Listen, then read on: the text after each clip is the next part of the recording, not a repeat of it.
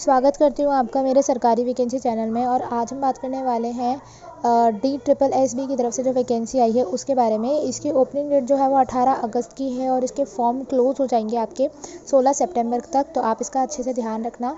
और ये 12 बजे से चालू हो जाएंगे आपके फॉर्म 18 अगस्त 2025 से। और ये जो DSSB की वैकेंसी रहती है ये 12th पास कैंडिडेट्स के लिए होती है और ग्रेजुएट लेवल पे होती है।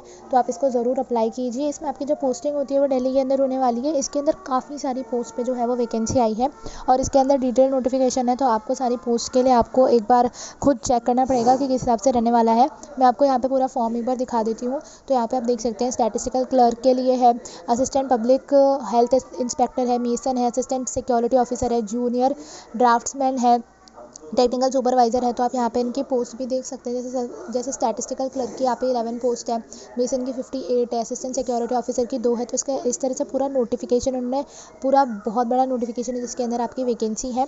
तो आपका बहुत अच्छा मौका है जिसके अंदर आप ट्राई कर सकते हो और इसमें से कोई एक पोस्ट जो है वो आप ले सकते हो अच्छे से पढ़ के और एग्ज़ाम को क्रैक करके। तो ऑल द बेस्ट, आप इसको ज़रूर करें। और इसी तरह अगर आपको गवर्नमेंट वैकेंसी के बारे में डेली जानना है तो आप मेरे चैनल को सब्सक्राइब कर दीजिए, क्योंकि इस पर डेली गवर्नमेंट जॉब से रिलेटेड वैकेंसी आती है। तो आप मेरे चैनल को सब्सक्राइब करना बिल्कुल मत भूलना। अब आप देख सकते हैं जैसे नायब तहसीलदार के लिए 1 पोस्ट है, ठीक है। फिर हम यहाँ पे नीचे चलते हैं तो असिस्टेंट अकाउंट ऑफिसर के लिए 9 पोस्ट है, सीनियर इन्वेस्टिगेटर 7, प्रोग्रामर 2, सर्वेयर की पोस्ट है ना। तो आप इसके अंदर मैं आपको एक एक के बारे में बताऊंगी तो वीडियो काफ़ी लंबा हो जाएगा, क्योंकि इसके अंदर इन्होंने इनकी एलिजिबिलिटी भी अलग अलग बता रखी है, क्वालिफिकेशन भी अलग अलग बता रखी है। पोस्ट कोड के हिसाब से आपको खुद चेक करना पड़ेगा। अगर आप इंटरेस्टेड हो तो फिर आप मुझे बता देना, मैं उसके लिए एक सेपरेट वीडियो बना दूँगी। लेकिन ऐसे आप खुद ही एक बार पोस्ट से देख के पता कर लेना। और आपको अभी इसका पूरा नोटिफिकेशन मैं आपको दिखा देती हूँ। देखिए आप इतनी सारी लेवल पे इतनी सारी जो पोस्ट है वो अवेलेबल है। तो आप इसके अंदर अगर आपकी एलिजिबिलिटी है तो आप इसके अंदर अप्लाई कीजिए, क्योंकि बहुत अच्छी जॉब होती है। अभी अगर दिल्ली के अंदर है, सेंट्रल लेवल की जॉब है तो बहुत अच्छी है ये। तो आप इसे अप्लाई कर सकते हैं। बहुत ही गोल्डन अपॉर्चुनिटी है, मैं तो इसे कहूँगी आपके लिए। टोटल वैकेंसी अगर हम यहाँ पे देखें तो आप देख सकते हैं इसके अंदर जो टोटल वैकेंसी आपकी 615 रहने वाली है और अलग अलग जो आपकी कैटेगरी और पोस्ट वाइज है तो आप उसे भी देख सकते हैं इसके अंदर की आपकी वैकेंसी वैसे कितनी है, आपकी कैटेगरी वाइज, आपकी पोस्ट वाइज। ठीक है, चलो अब मैं आपको दिखा देती हूँ। यहाँ पे मैंने आपको लास्ट डेट तो बताई दी है फॉर्म को सबमिट करने की, फ़ीस सबमिट करने की। यहाँ अगर हम देखें तो यहाँ पे आपका एज रिलैक्स एजुकेशन क्वालिफिकेशन की बात की हुई है। जैसे कि किसी किसी सब्जेक्ट के अंदर मैथ्स, स्टैटिक्स और इकोनॉमिक माना हुआ है एजुकेशन क्वालिफिकेशन किसी पोस्ट के लिए, और किसी पोस्ट के लिए कुछ और मांगी हुई है। एज रिलैक्सेशन वगैरह भी आपको यहाँ पे देखने मिल सकता है। तो आप देख सकते हैं हर किसी पोस्ट के लिए यहाँ पे अलग अलग है। किसी में डिप्लोमा मांगा हुआ है, किसी में डिग्री मांगी हुई है।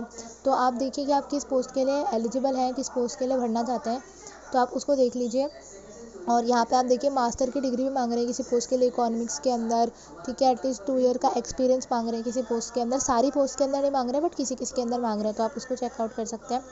इसके बाद में आप देखिए एलिजिबिलिटी क्राइटेरिया यहाँ पे। तो आपको यहाँ पे एलिजिबिलिटी के लिए इंडिया का सिटीज़न होना चाहिए। एज क्वालिफिकेशन अगर आप देखें तो 16 जो रहने वाली है 16 सितंबर के अकॉर्डिंग आपकी एज क्वालिफिकेशन देखने वाले हैं यहाँ पे। और आप ये जो वेबसाइट दे रखी है इसके ऊपर जाके अप्लाई कर सकते हैं। जो एलिजिबल कैंडिडेट्स हैं मैंने आपको बता दिया, 18 अक्टूबर से लेकर 16 सितंबर तक अप्लाई कर सकते हैं।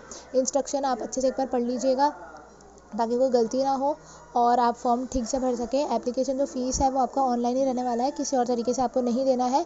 अगर मैं यहाँ पे बात करूँ तो विमेन जो है किसी भी कैटेगरी की हो उनको कोई फ़ीस नहीं देनी है, और जो एक्स सर्विस मैन है उनको भी कोई फ़ीस नहीं देनी है। बाकी जो अपने मेल कैंडिडेट्स हो गए अपने, उनको 100 रुपीज़ देने होते हैं। एग्जामिनेशन की अगर हम बात करें तो यहाँ पे आपका ऑब्जेक्टिव टाइप एग्जामिनेशन होने वाला है। इसके अंदर आपकी नेगेटिव मार्किंग भी रहने वाली है। अब मैं आपको थोड़ा नीचे चल के बताती हूँ कि एग्ज़ाम आपका किस तरह से रहने वाला है, क्या क्या आपके सब्जेक्ट आने वाले हैं, कितने टोटल मार्क्स का रहने वाला है, किस तरह की नेगेटिव मार्किंग रहने वाली है। तो मैं आपको थोड़ा नीचे जाके बताती हूँ। यहाँ पे आप एक बार पढ़ लीजिए कि किस तरह से आपकी फ़ीस का स्ट्रक्चर वेरी करने वाला है। वुमेन के लिए तो खासकर बहुत अच्छी चीज़ होती है ये कि आपके लिए कोई फ़ीस भी नहीं लग रही है। तो आपको अच्छे से इस बार तो ये वाला फॉर्म तो भर ही देना चाहिए और इसके अंदर आपको पढ़ के एकदम कोशिश करना चाहिए कि आपका इस बार सिलेक्शन हो जाए। तो ऑल द बेस्ट सबको जो भी इसके लिए अप्लाई करना चाहता है या जो भी इसके लिए सिलेक्शन लेने के लिए सोच रहा है। तो आप एक बार इसको अच्छे से पढ़ लीजिए, सिलेबस अच्छे से जान लीजिए और उसकी तैयारी में आप इसे लग जाइए, क्योंकि अभी तो आपका फॉर्म भरा है तो अभी 3 से 4 महीने के बाद ही जाके आपका एग्ज़ाम होगा।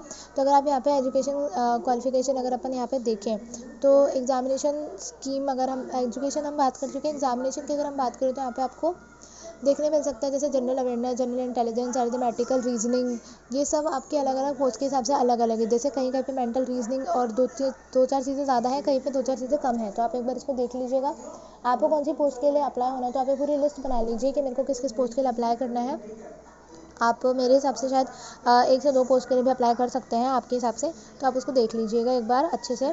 और ये बहुत बड़ा नोटिफिकेशन है।